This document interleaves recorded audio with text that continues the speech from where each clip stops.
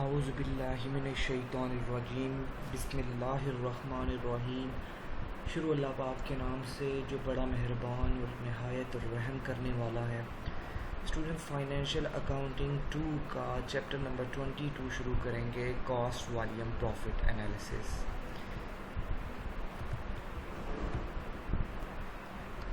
इस चैप्टर के अंदर कुछ बेसिक चीज़ें हमने डिस्कस करनी है, जिसमें हम देखेंगे types of cost behaviour in relation to production and sales volume. कितनी टाइप्स की हमारे पास कॉस्ट होती हैं, क्या इफ़ेक्ट करती हैं ओवरऑल वॉल्यूम के ऊपर, परफॉर्मेंस के ऊपर कॉस्ट किस तरह से इफ़ेक्ट करती है, ये हम देखेंगे। इसके बाद इसके लिए एनालिसिस करेंगे हम, several applications of cost volume profit analysis. ठीक है, ये हमारा कंसेप्चुअल पोर्शन आ जाएगा। इसके बाद हम कुछ एनालिटिकल पोर्शन में जाकर डिस्कस करेंगे। उसमें हमारे पास आ जाएगा compute the contribution margin and describe what it reveals about the company's cost structure. उसके अलावा analyse changes in sales using the degree of operating leverage. फिर उसके बाद प्रोसीजरल पोर्शन के अंदर कुछ चीज़ें हम डिस्कस करेंगे, जो कि हैं determine cost estimate using the scatter diagram, high low and regression methods of estimating cost. फिर उसके बाद compute the break even point for a single product company, graph cost and sales for a single product company, compute the break even point for multi product company. इस पूरे chapter के अंदर start हमने लेना है कि एक ऑर्गेनाइजेशन में जो जहाँ पे प्रोडक्शन हो रही है, मैन्युफैक्चरिंग हो रही है, उसमें कॉस्ट कितनी टाइप से होती हैं, कॉस्ट का वॉल्यूम के ऊपर क्या फ़र्क पड़ता है, क्या इफ़ेक्ट पड़ता है, फिर प्रॉफिट के ऊपर क्या इफ़ेक्ट पड़ता है। ऑर्गेनाइजेशन इस पूरे डाटा को, कॉस्ट और प्रॉफिट को किस तरह एनालाइज करती हैं और आने वाले वक्त के लिए किस तरह से यूटिलाइज़ कर सकते हैं। एक्सपेक्टेशन इसकी किस तरह से रखी जाती हैं, एनालिसिस किस टाइप का किया जाता है। ये कुछ बेसिक चीज़ें हैं जो मैंने आपको बताई हैं, और ये हम 1 बाय 1 यहाँ पे डिस्कस करेंगे। लर्निंग ऑब्जेक्टिव्स के बाद यहाँ पे आपको चैप्टर प्रीव्यू दे रहा हूँ, कॉस्ट वॉल्यूम प्रॉफिट एनालिसिस। इसमें सबसे पहले जो पोर्शन है identifying cost behaviour. Identifying cost behaviour के अंदर हमने कॉस्ट की टाइप्स को डिस्कस करना है, कौन कौन सी टाइप होती है किसी भी ऑर्गेनाइजेशन के अंदर हर कॉस्ट की। ठीक है, फिक्स कॉस्ट होगी, variable cost, mix cost, step wise cost and curvilinear cost. ठीक है, उसके बाद हम देखेंगे कॉस्ट बिहेवियर को मेजर किस तरह से किया जाता है। उसके लिए कुछ मेथड्स यूज़ करेंगे, जिसमें आपके पास स्कैटर डायग्राम आ जाएगी, high low method, least squares regression, comparison of cost estimation methods. फिर हम बात करेंगे using break even analysis. Break even analysis होता क्या है उसके बारे में देखेंगे। Computing contribution margin, computing break even, preparing a cost volume profit charge, making assumptions in cost volume profit analysis. ये हम इस पोर्शन में डिस्कस करेंगे। देन लास्ट पोर्शन के अंदर applying cost volume profit analysis, हम ये एनालिसिस करेंगे। उसमें क्या हो जाएगा, computing income from sales and cost, computing sales for target income, computing margin of safety using sensitivity analysis, computing multi product break even analysis. ये पूरे ओवरऑल चैप्टर के बारे में था कि इस चैप्टर के बाद हमें कौन कौन सी चीज़ों का पता चल जाएगा। ठीक है, आइडेंटिफाइंग कॉस्ट बिहेवियर। देखिए, जब भी हमने फ्यूचर के बारे में, फ्यूचर एक्टिविटीज़ और इवेंट्स के बारे में प्लानिंग करनी है, तो सबसे पहले हमें ये पता चलना चाहिए कि जो हमारी प्लानिंग स्टार्ट हो रही है उसमें ये पता चलना चाहिए कि वॉल्यूम ऑफ एक्टिविटी क्या है, क्या वॉल्यूम प्रोड्यूस करना चाह रहे हैं, कितनी जो हम लोग प्रोडक्शन करना चाह रहे हैं। फिर उसके बाद जो प्रोडक्शन हमने करनी है उस वॉल्यूम के लिहाज से कितनी कॉस्ट लगेगी, उसके ऊपर सेल्स कितनी बनानी है, और उसके बाद प्रॉफिट कितना आना चाहिए। ये सारी चीज़ें, ये सारी प्लानिंग्स होती है। ठीक है, इसके लिए जो एनालिसिस हमारे पास यूज़ होता है उसको नाम देंगे हम कॉस्ट वॉल्यूम प्रॉफिट एनालिसिस का। आपको हाईलाइट नज़र आ रहा है, an important tool to help managers carry out this step is cost volume profit analysis which helps them predict how changes in cost and sales level affect income. ये जो हमने बात की कि हम कॉस्ट देखेंगे, वॉल्यूम, सेल्स देखेंगे और प्रॉफिट देखेंगे, तो इसको ऑब्जर्व करने के लिए जो पूरा एनालिसिस किया जाएगा उसे कॉस्ट वॉल्यूम प्रॉफिट एनालिसिस का नाम देते हैं। कहते it is basic form CVP analysis involves computing the sales level at which a company neither earns an income nor incurs a loss called the break-even point. कहते हैं कि एक level जब कॉस्ट वॉल्यूम प्रॉफिट एनालिसिस का हम शुरू करते हैं तो हमारे पास एक लेवल होता है कि जहाँ भी कंपनी को ना तो प्रॉफिट हो रहा होता है ना ही कंपनी को लॉस हो रहा होता है, उसे फिर क्या नाम दिया जाता है, उसे नाम देते हैं ब्रेक इवन पॉइंट का। For this reason this basic form of cost volume profit analysis often called break even analysis. कहते हैं इस वजह से कॉस्ट वॉल्यूम प्रॉफिट एनालिसिस का एक और नाम क्या है, ब्रेक इवन एनालिसिस भी नाम है। Managers used variations of CVP analysis to answer question such as these. कहते हैं फिर ये क्यों मैनेजर्स यूज़ करते हैं सीवीपी एनालिसिस या ब्रेक इवन एनालिसिस, मकसद क्या होता है। जैसे पहले डिस्कस किया कि हमने प्रोडक्शन के लिहाज से देखना है कॉस्ट कितनी है, सेल्स कितनी है, प्रॉफिट कितना है, उस हिसाब से what sales volume is needed to earn a target income. कहते हैं जब आप प्लान कर लेते हो कि आपके पास कितनी आपने इस आने वाले टाइम में अर्निंग करनी है, तो उस अर्निंग के लिए आप ये देखोगे कि कितनी सेल्स आपके पास होंगी तो आप वो रिक्वायर्ड टारगेट इनकम अचीव कर सकते हो। फिर उसके बाद what is the change in income if selling price declines and sales volume increases. फिर आपने ये चेक करना है कि इनकम के अंदर क्या तब्दीलियाँ आती हैं अगर सेलिंग प्राइस जो है वो कम हो जाए और दूसरी तरफ आप सेल्स वॉल्यूम को इंक्रीज़ कर दें। ठीक है, उसके बाद how much does increase if we install a new machine to reduce labour cost. फिर हमने ये भी ऑब्ज़र्व करना है कि अगर प्लानिंग की जा रही है कि हम अपनी कास्ट को रिड्यूस करते हैं प्रोडक्शन के अंदर, हम नई मशीनरी जो है वो इंस्टॉल करते हैं, तो तब हम देखेंगे कि उस नई मशीनरी के इंस्टॉल करने के बाद इनकम के ऊपर क्या फ़र्क पड़ता है, क्योंकि हम मशीनरी इंस्टॉल कर रहे हैं लेबर कास्ट को मिनिमाइज़ करने के लिए। What is the income effect if we change the sales mix of our product और सर्विसेज। कहते हैं फिर इनकम इफ़ेक्ट क्या होगा अगर हम सेल्स मिक्स को वो चेंज करेंगे। ठीक है, अब इसके ऊपर क्या होता है, ये एनालिसिस क्यों किया जाता है। कहते हैं इस कॉस्ट वॉल्यूम प्रॉफिट एनालिसिस की वजह से मैनेजर्स ने बहुत सारे डिसीजंस करने होते हैं। ठीक है, इसमें फिर सबसे पहला स्टेप जब अब मैनेजर इसकी तरफ जा रहे हैं, सीवीपी एनालिसिस करने जा रहे हैं, तो बेसिक चीज़ें उन्हें क्या चाहिए होती हैं। कहते हैं conventional cost volume profit analysis requires management to classify all costs as either fixed or variable with respect to production or sales volume। कहते हैं शुरू में सबसे पहला काम जो होता है मैनेजर्स को ये पता लगाना होता है कि प्रोडक्शन के अंदर कौन कौन सी कास्ट इन्वॉल्व होती हैं। ठीक है, अब यहाँ पे सबसे पहली कास्ट का जिक्र करेंगे हम फिक्स्ड कास्ट, जैसा कि इसके नाम से ज़ाहिर है कि ये फिक्स्ड है। हम कहते हैं कि ऑर्गेनाइजेशन में प्रोडक्शन के दौरान या स्टार्ट में वो कास्ट जो हमेशा कांस्टेंट रहती है, जिसके ऊपर फ़र्क नहीं पड़ता, उसे नाम दिया जाता है फिक्स्ड कास्ट का। A fixed cost remains unchanged in amount when the volume of activity varies from period to period within our relevant range। कहते हैं फिक्स्ड कास्ट वॉल्यूम के साथ कभी भी चेंज नहीं होती, ये सेम ही रहते हैं चाहे आप जितना भी वो प्रोडक्शन करते रहें। सपोज़ कि आपने एक फैक्ट्री यूनिट लगाया है, फैक्ट्री के अंदर आपकी वो जो बिल्डिंग है उसका रेंट है 50,000, तो वो 50,000 ही हमेशा रहेगा। जब तक 50,000 ये रेंट वो आपकी फ़िक्स कास्ट है, एक साल के लिए, एक गिवन टाइम के लिए। आप चाहे प्रोडक्शन कम करो या प्रोडक्शन ज़्यादा करो, फ़िक्स कास्ट आपकी चेंज नहीं होनी। यहाँ पे एक अजम्पशन के लिहाज से चल रहा है कि एक relations of fixed cost and variable cost के लिहाज से कि हम दोनों को एक साथ में डिस्कस करेंगे। ये ग्राफ आपको नज़र आ रहा है वॉल्यूम और कॉस्ट। कहता है फ़िक्स कॉस्ट आपका सपोज़ किया जा रहा है कि एक ऑर्गेनाइजेशन में वो 32,000 है, तो आपने फ़िक्स कॉस्ट के लिए देखा ये लाइन हमेशा यही रहेगी 32,000 के ऊपर। ये नीचे वॉल्यूम यूज़ हुआ है, चाहे वो 0 यूनिट प्रोड्यूस कर रहे हो चाहे 2,000 यूनिट्स प्रोड्यूस कर रहे हो, आपकी जो कास्ट है फ़िक्स कॉस्ट वो हमेशा 32,000 ही रहेगी। ठीक है, इसके बाद हमारे पास एक कॉस्ट आ जाती है जिसे हम नाम देते हैं वेरिएबल कॉस्ट का।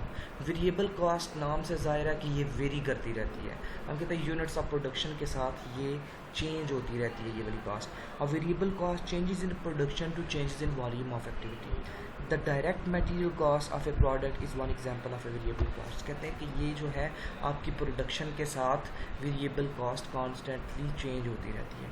यहाँ पे ऊपर वाले ग्राफ में वो शो कर रहा है कि अगर हमारे पास एक मंथली कैपेसिटी के लिहाज से चेक कर रहे हैं, हम कुछ यूनिट्स प्रोड्यूस कर रहे हैं, उसके साथ कॉस्ट गिवन है, फिक्स कॉस्ट सपोज किया गया 32,000 है और वेरिएबल कॉस्ट बताया गया है कि पर यूनिट 20 के हिसाब से है।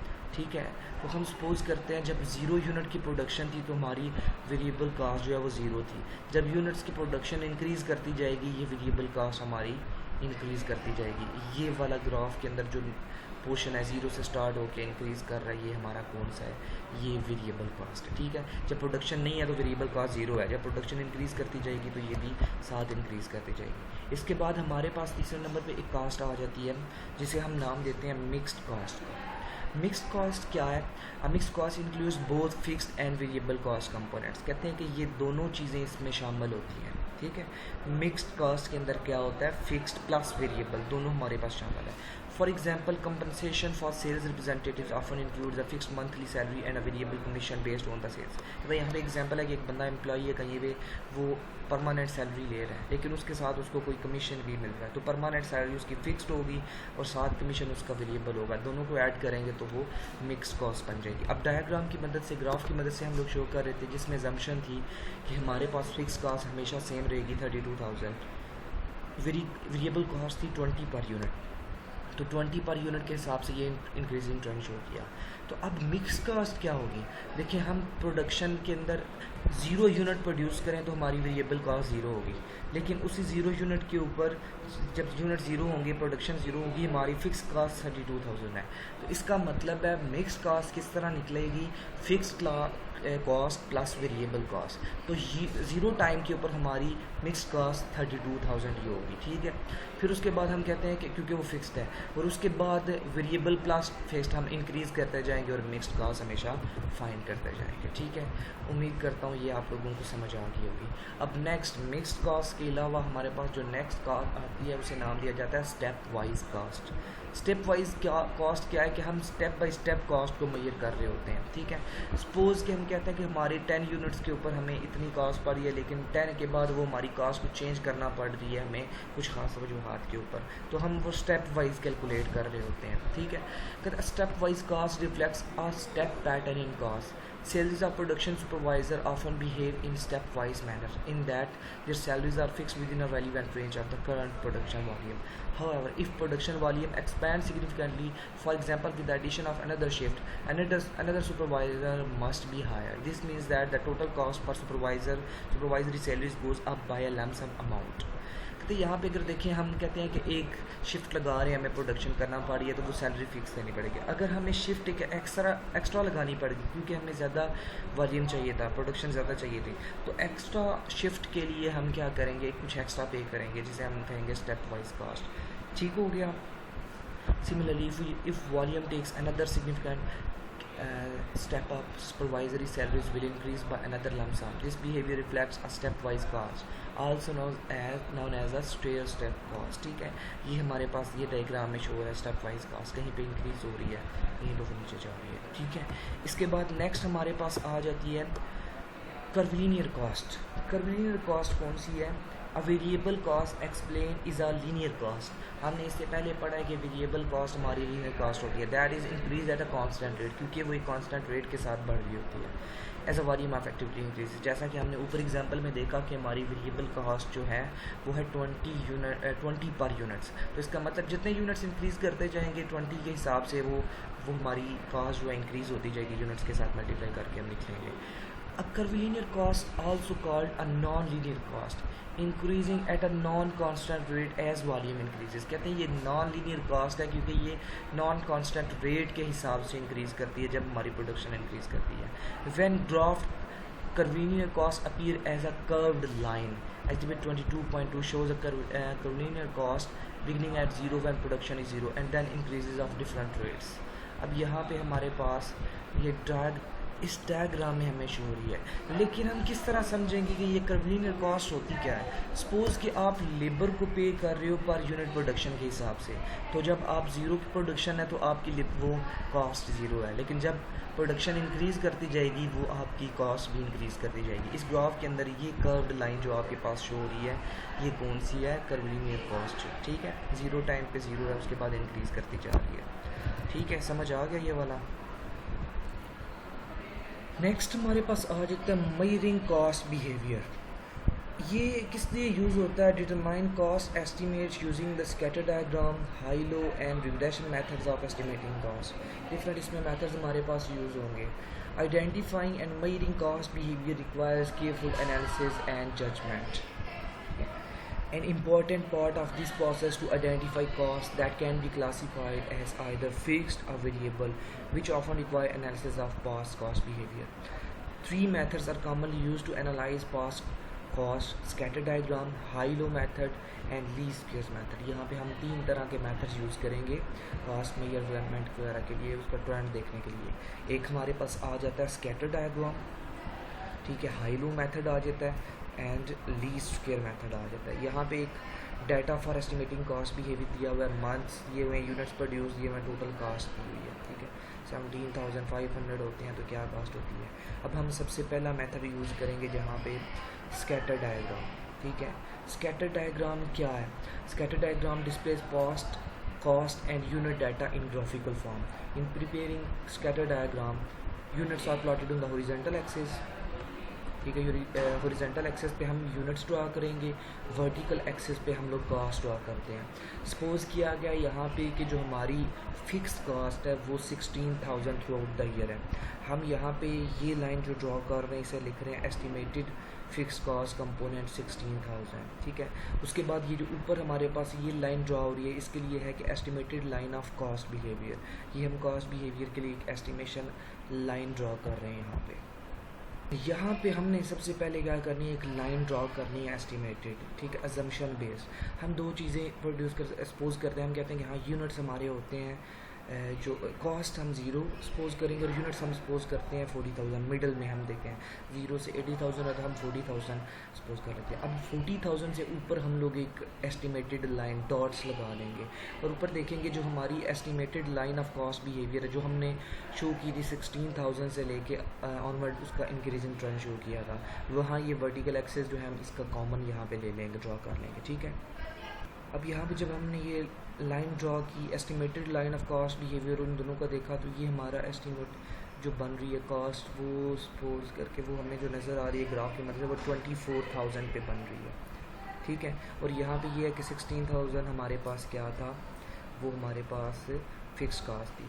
अब यहाँ पे अगर हम फाइंड करें variable cost per unit scatter diagram की मदद से तो हम क्या करते हैं, हम देखेंगे change in cost divided by change in units. Change in cost हमारे पास किस तरह हुई, सपोज जो किया हमने डायग्राम की मदद से हमारा इंटरसेक्ट कर रहा था 24,000 पे.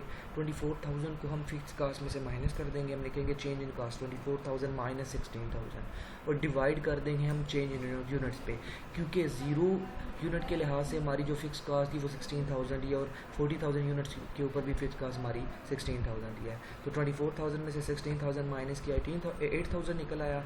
और चेंज इन यूनिट्स क्योंकि हम शिफ्ट करके आए हैं 0 यूनिट से 40 यूनिट्स पे तो हमारे पास यूनिट्स चेंज जो है वो 40,000 आ जाएगा. और इस तरह हमारे पास पर यूनिट वेरिएबल कास्ट निकल आई है 0.20 पर यूनिट.